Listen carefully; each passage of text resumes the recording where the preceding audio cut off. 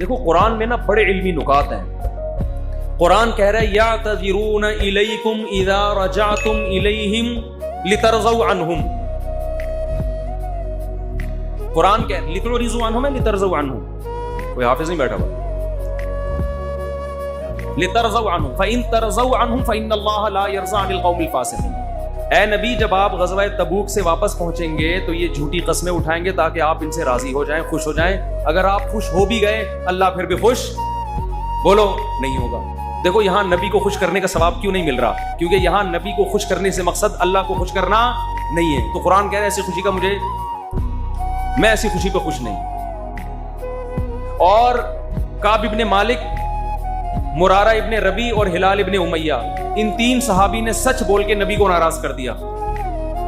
منافقین نے جھوٹ بولا نا کہ یہ عذر تھا ہم تبوک میں اس لیے نہیں آ سکے, یہ مسائل تھے. نبی عالم الغیب نہیں, آپ نے کہا چلو بھائی ایسے ہی ہو, آپ خوش ہو گئے, ٹھیک ہے بھائی جاؤ, کوئی سزا نہیں, کچھ بھی نہیں. اللہ نے کہا آپ خوش ہیں, اللہ نہیں خوش ان سے.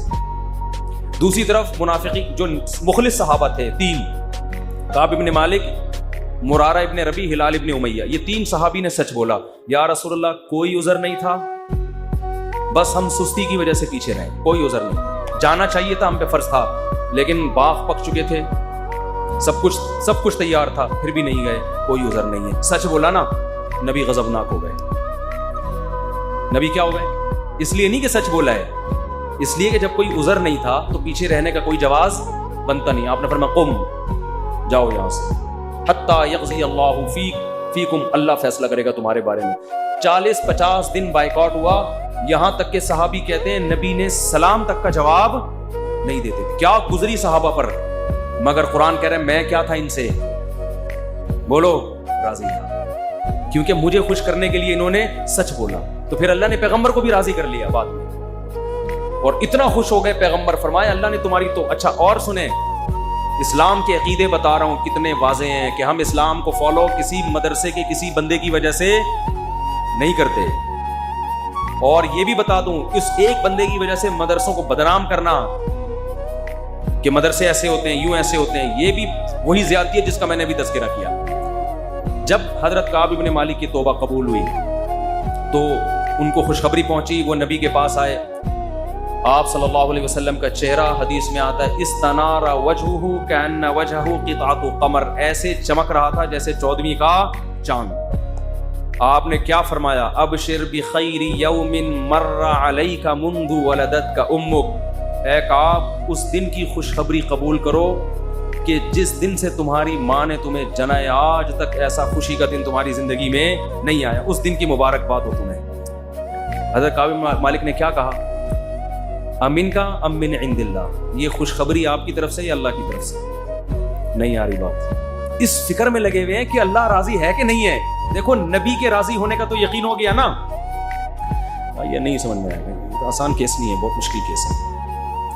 ارے جب نبی کا چہرہ 14ویں رات کی طرح چمکتا ہوا دیکھ لیا, نبی مبارکباد بھی دے رہے ہیں کہ خوشخبری ہو اور سب معاف, بس اب میں راضی, اب میں خوش, تو کعب ابن مالک کو فکر کیا لگی ہوئی ہے, نہ یا رسول اللہ ذرا کلیئر کریں بات, صاف بتائیں یہ خوشخبری اللہ کی طرف سے ہے یا یعنی اللہ بھی راضی ہوا ہے کہ نہیں ہوا؟ فرمایا لا بل من عند اللہ, نہ میری طرف سے نہیں, کس کی طرف سے؟ اللہ. میں بھی اس لیے خوش ہوں کہ اللہ خوش ہے, اللہ نے معاف کر دیا ہے, اس لیے میں بھی خوش ہوں. پھر کعب ابن مالک خوش ہوئے ہیں. تو بھائی اسلام میں اصل کون ہے؟ اللہ. تبھی علماء کہتے ہیں کسی سے تنہائیوں میں گناہ ہوا ہو بالفرض, اللہ نہ کرے, اور اس نے توبہ کر لی, پھر لوگوں کو پتہ چل گیا, لوگ تانے دے رہے تو ویسا تھا, ان تانوں کی پرواہ بولو مت, بولے نہ تمہارا جرم کیا اور نہ ہمیں تم سے معافی مانگنے کی ضرورت, جس سے کیا وہ جانتا ہے. لوگوں کو لیفٹ کرایا کرو زیادہ, کیونکہ لوگ اس چیز کو مسلط کر لیتے ہیں. ہمارے حضرت کے پاس ایک بندے کا فون آیا لندن سے, کہتا ہے یار میں نے گناہ کیا تھا, پکڑا گیا, کہہ رہے میں نے توبہ کر لی, رو کے گڑ گڑا کے اتنی معافیاں مانگی کہ اللہ نے بھی دل میں سکون ڈال دیا کہ میں نے تجھے معاف کر دیا, کہ لیکن پبلک معاف کرنے کے لیے تیار نہیں. پبلک جب بھی گزر کرے ہے نا, وہی پبلک کا دل تو چھوٹا ہوتا ہے نا, پبلک کا دل کیا ہوتا ہے. تو ایسی صورت میں پبلک کو زیادہ لفٹ نہیں کرائے, بولے جاؤ تمہاری ایسی کی تیسی, ہم جانے اللہ جانے تو کون ہوتا ہے بھائی میرے کو.